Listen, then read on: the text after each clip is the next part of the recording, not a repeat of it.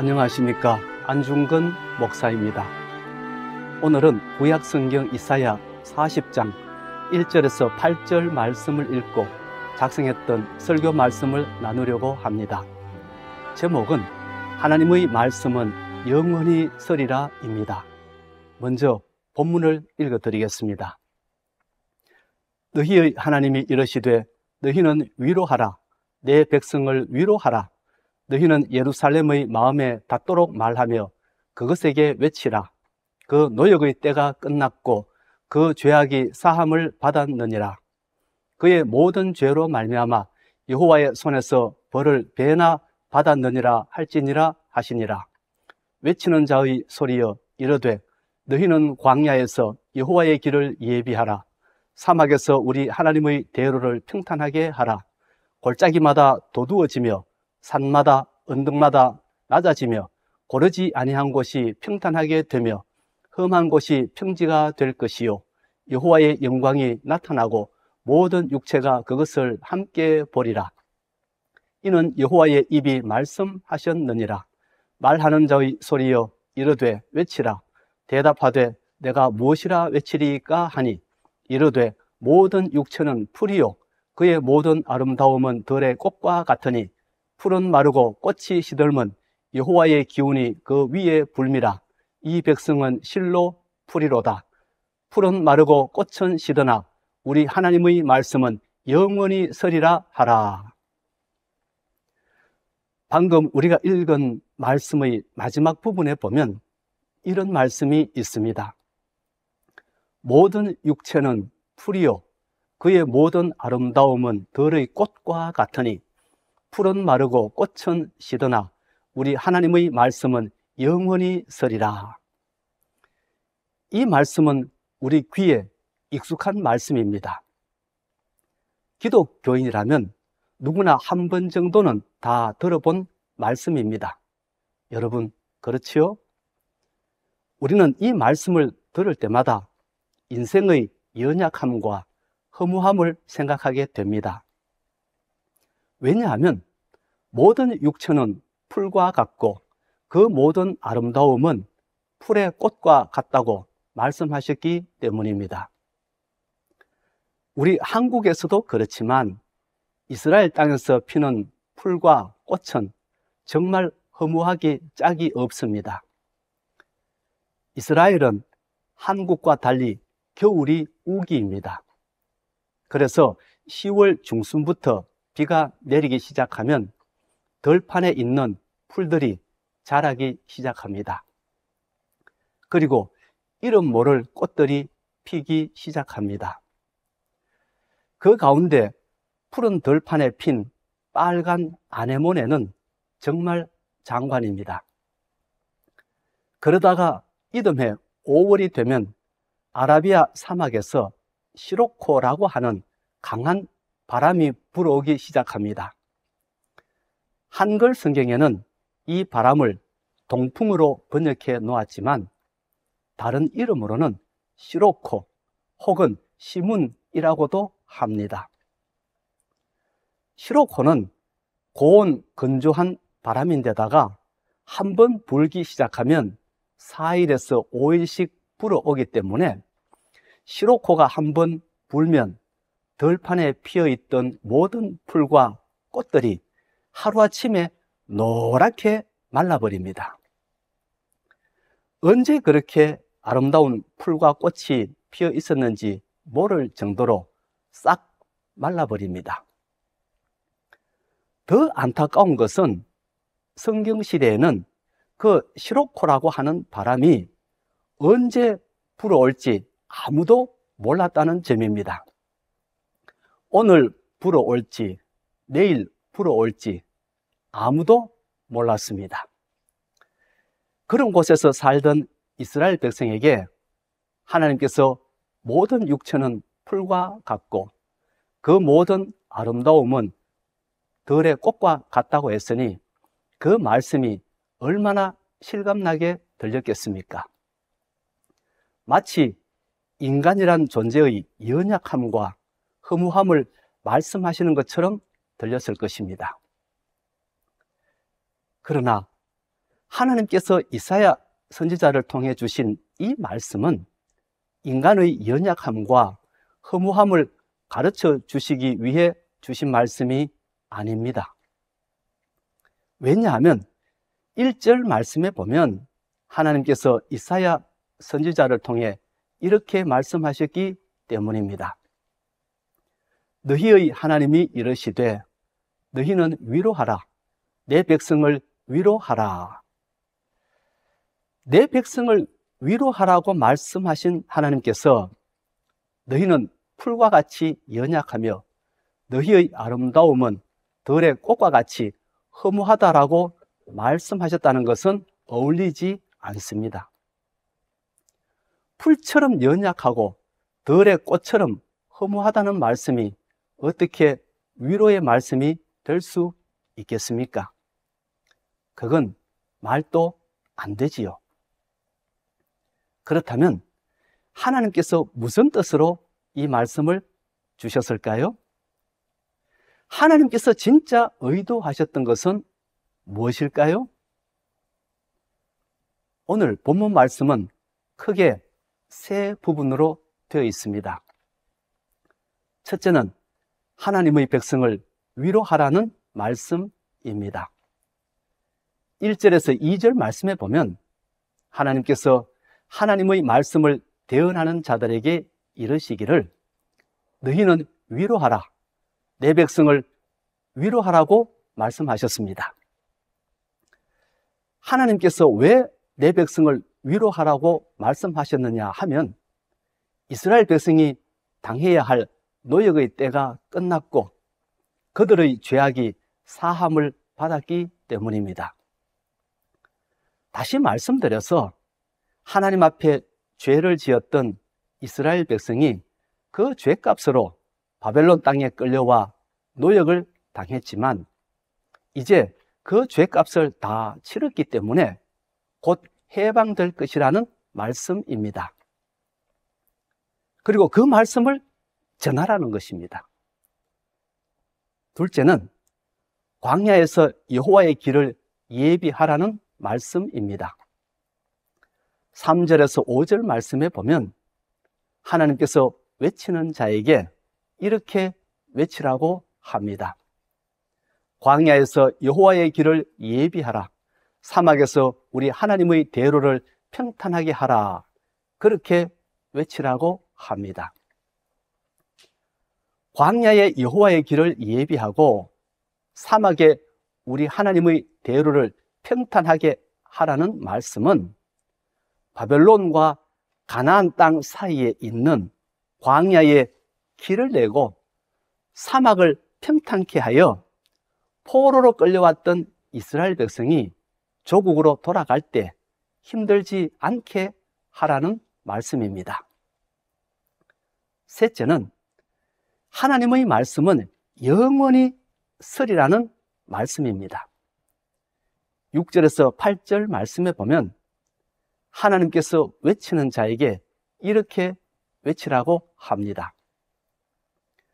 모든 육체는 풀이요 그의 모든 아름다움은 들의 꽃과 같지만 하나님의 말씀은 영원히 서리라.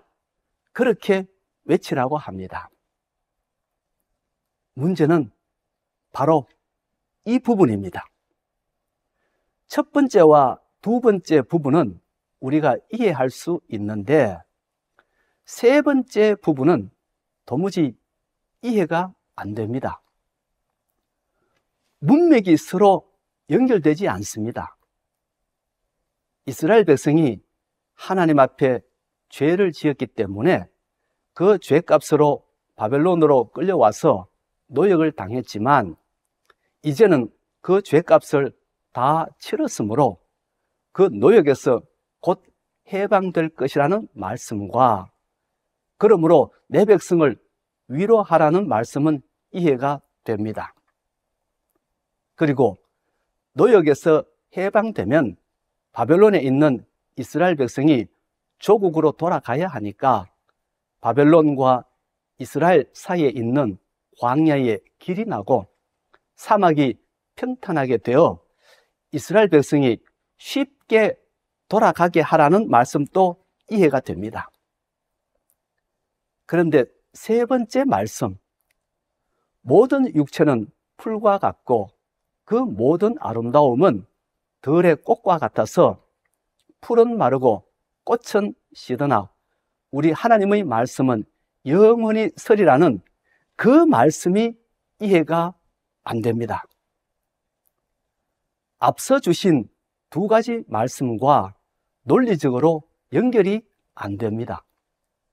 그래서 해석이 안 됩니다. 어떻게 된 것일까요? 우리가 세 번째 말씀을 이해하지 못하고 그 말씀을 해석하지 못하는 이유는 그 말씀을 인간의 연약함이라고 하는 일반론에 적용시켰기 때문입니다. 여러분, 하나님께서 모든 육체는 풀이요 그의 모든 아름다움은 들의 꽃과 같다고 말씀하셨을 때 그 육체는 연약한 우리를 말하는 것이 아닙니다. 그 육체는 바벨론 제국의 왕과 그 백성을 말합니다. 그리고 그의 모든 아름다움은 우리의 영광을 말하는 것이 아니라 바벨론 제국의 영광을 말합니다.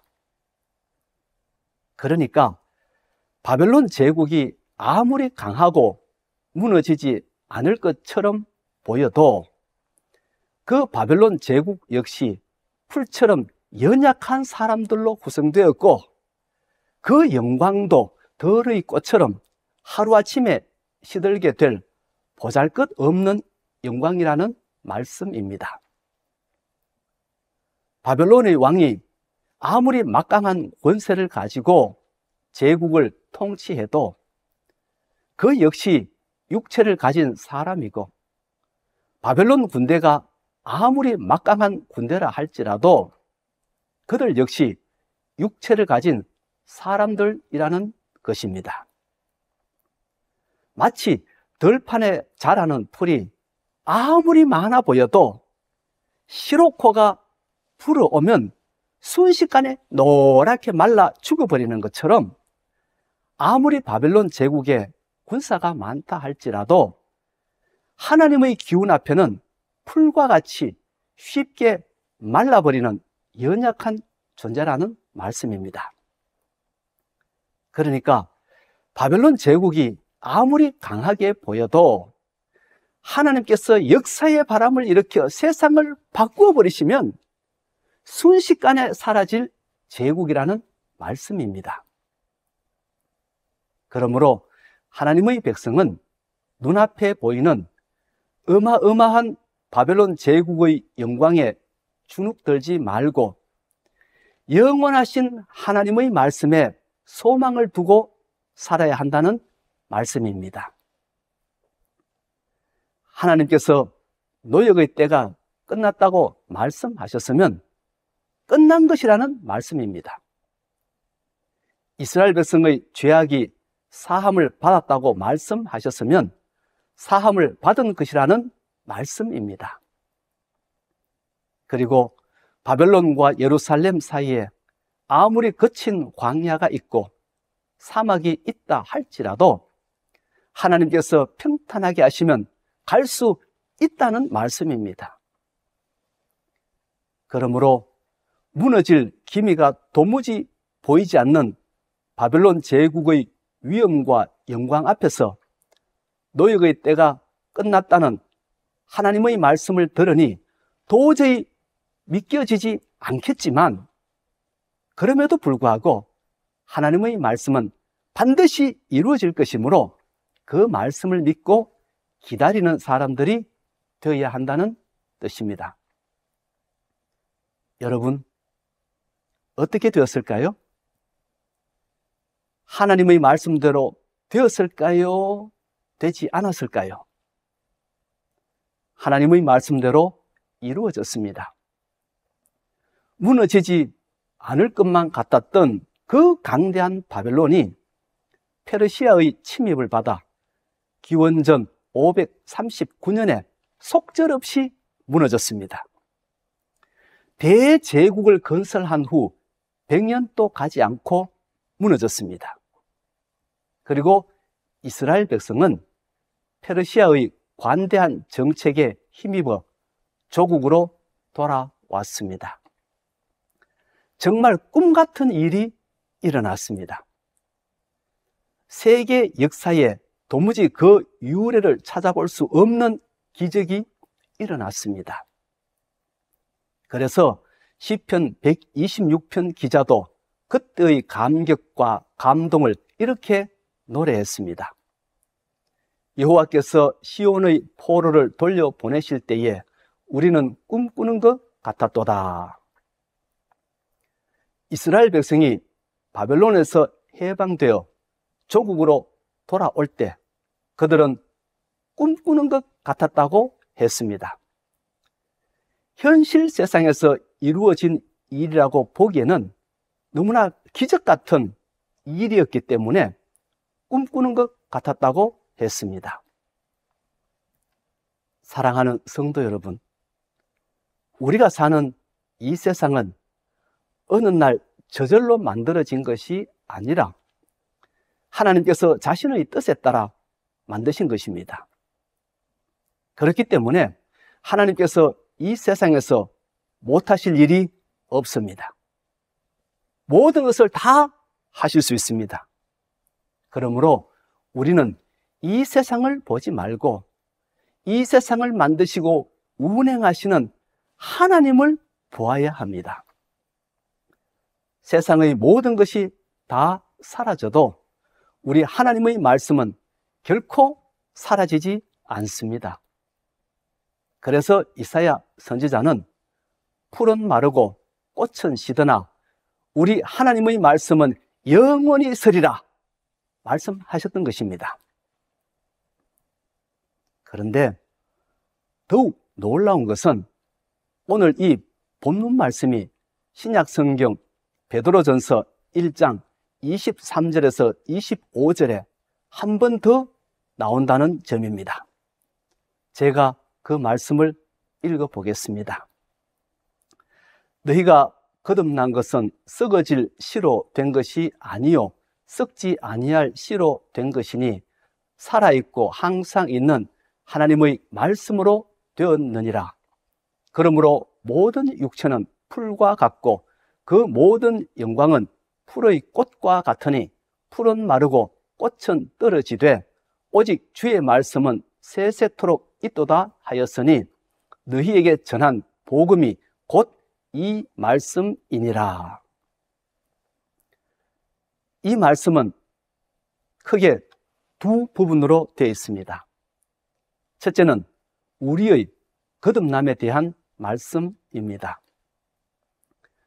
우리의 거듭남은 썩어질 씨로 된 것이 아니라 썩지 아니할 씨로 되었다는 것입니다.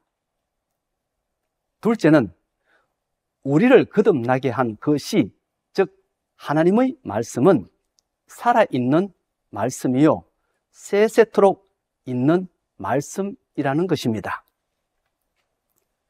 그러면 첫 번째 내용부터 좀 더 자세히 살펴보겠습니다. 거듭남이란 다시 태어나는 것을 말합니다. 다시 태어나다니 이것이 무슨 말씀입니까? 니고데모가 질문했듯이 우리가 어머니 뱃속에 들어갔다가 다시 이 세상에 태어나는 것을 말할까요? 아닙니다. 거듭남이란 우리가 이 세상에 다시 태어나는 것이 아니라 영원한 세상에 다시 태어나는 것을 말합니다. 이 세상의 생명이 아니라 영원한 세상의 생명을 얻는 것을 말합니다. 요한복음은 그것을 영생이라고 했습니다. 예수 믿고 구원받은 우리는 거듭남, 즉 영생을 얻었기 때문에 이 세상에서 수명을 다하고 죽는 그 순간 영원한 세상에서 변화된 모습으로 다시 태어나게 됩니다. 어떻게 그것이 가능합니까? 그것이 가능한 이유는 예수님께서 그렇게 말씀하셨기 때문입니다.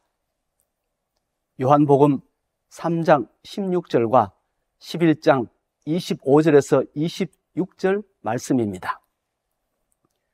하나님이 세상을 이처럼 사랑하사 독생자를 주셨으니 이는 그를 믿는 자마다 멸망하지 않고 영생을 얻게 하려 하심이라. 예수께서 이르시되 나는 부활이요 생명이니 나를 믿는 자는 죽어도 살겠고 무릇 살아서 나를 믿는 자는 영원히 죽지 아니하리니 이것을 네가 믿느냐. 바로 이 말씀 때문에 예수님을 구주로 믿는 사람들은 죽는 그 순간에 이 세상을 떠나 영원한 세상으로 가게 됩니다. 그리고 거기에서 다시 태어나 영원히 살게 됩니다. 물론 예수님이 우리에게 주신 이 약속의 말씀은 바벨론 땅에서 포로로 살고 있던 이스라엘 백성에게 이제 곧 바벨론이 멸망할 것이고 너희들은 조만간에 조국으로 돌아갈 것이라고 말씀하신 것만큼이나 믿기 힘든 말씀입니다. 현실의 상황에서 본다면 말도 안 되는 것처럼 들립니다. 영원한 하나님의 나라는 눈에 보이지도 않고 손으로 만질 수도 없습니다. 거기에다 사람이 죽으면 아무것도 남는 것이 없습니다. 그런데 어떻게 그 나라에 들어가 새로운 모습으로 계속 살아간다고 하는 것인지 우리들의 상식으로는 도무지 이해가 안 됩니다. 그래서 예수님의 그 약속의 말씀은 우리가 보기에는 실현 불가능한 말씀처럼 들립니다. 그러나 어떻게 되었습니까? 바벨론 땅에서 포로로 살아가던 남유다 백성이 그곳에서 모두 죽었습니까? 아니면 하나님의 말씀대로 조국으로 돌아왔습니까? 돌아왔습니다. 그래서 지금까지 예루살렘에서 살고 있습니다. 마찬가지로 우리에게 영생을 주시겠다고 약속하신 하나님의 말씀은 반드시 이루어집니다. 왜냐하면 풀은 마르고 꽃은 떨어지되 하나님의 말씀은 세세토록 있기 때문입니다. 다시 말해서 썩지 아니할 씨앗이기 때문입니다. 그러므로 우리는 영원하신 하나님의 말씀을 믿고 살아야 합니다. 사랑하는 성도 여러분, 우리가 살아가는 이 세상도 바벨론처럼 풀과 같고 그 모든 영광은 풀의 꽃과 같습니다. 언젠가는 다 사라집니다. 우리 손에 있는 돈, 재산, 언젠가는 사라집니다. 명예, 권세, 인기 다 풀의 꽃과 같이 시들게 되어 있습니다.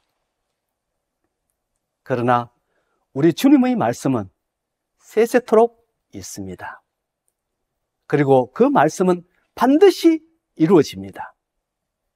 예수님을 구주로 믿는 자는 영생을 얻을 것이라는 그 말씀, 즉 거듭날 것이라는 그 말씀은 변하지 않고 썩지 않고 반드시 이루어질 것입니다. 그 말씀이 남유다 백성을 바벨론 땅에서 이스라엘 땅으로 수평 이동시켰던 것처럼 그 말씀이 우리를 이 세상에서 영원한 세상으로 수직 이동시킬 것입니다. 그러므로 우리는 이 말씀을 붙들고 살아야 합니다. 이 말씀을 믿고 살아야 합니다. 그러면 우리에게도 인생의 시로코가 불어올 때 영원한 하나님의 나라에 들어가 새로운 모습으로 살아갈 것입니다. 오늘은 여기까지 하겠습니다. 제가 잠깐 기도하고 마치겠습니다. 하나님 아버지, 우리가 이 세상에서 천년 만년 살 것처럼 동분서주하고 움켜쥐고 다투며 살아가지만 우리 인생의 시로코가 불어오는 날 우리는 떠날 수밖에 없다는 점을 가르쳐 주시니 고맙습니다. 그리고 우리가 돌아가야 할 곳이 있다면 그곳은 바로 천국이라는 사실 또한 가르쳐 주시니 고맙습니다. 영생의 길을 열어주신 예수님 정말 고맙습니다. 그 길로 들어갈 수 있도록 길을 열어주신 주님 정말 고맙습니다.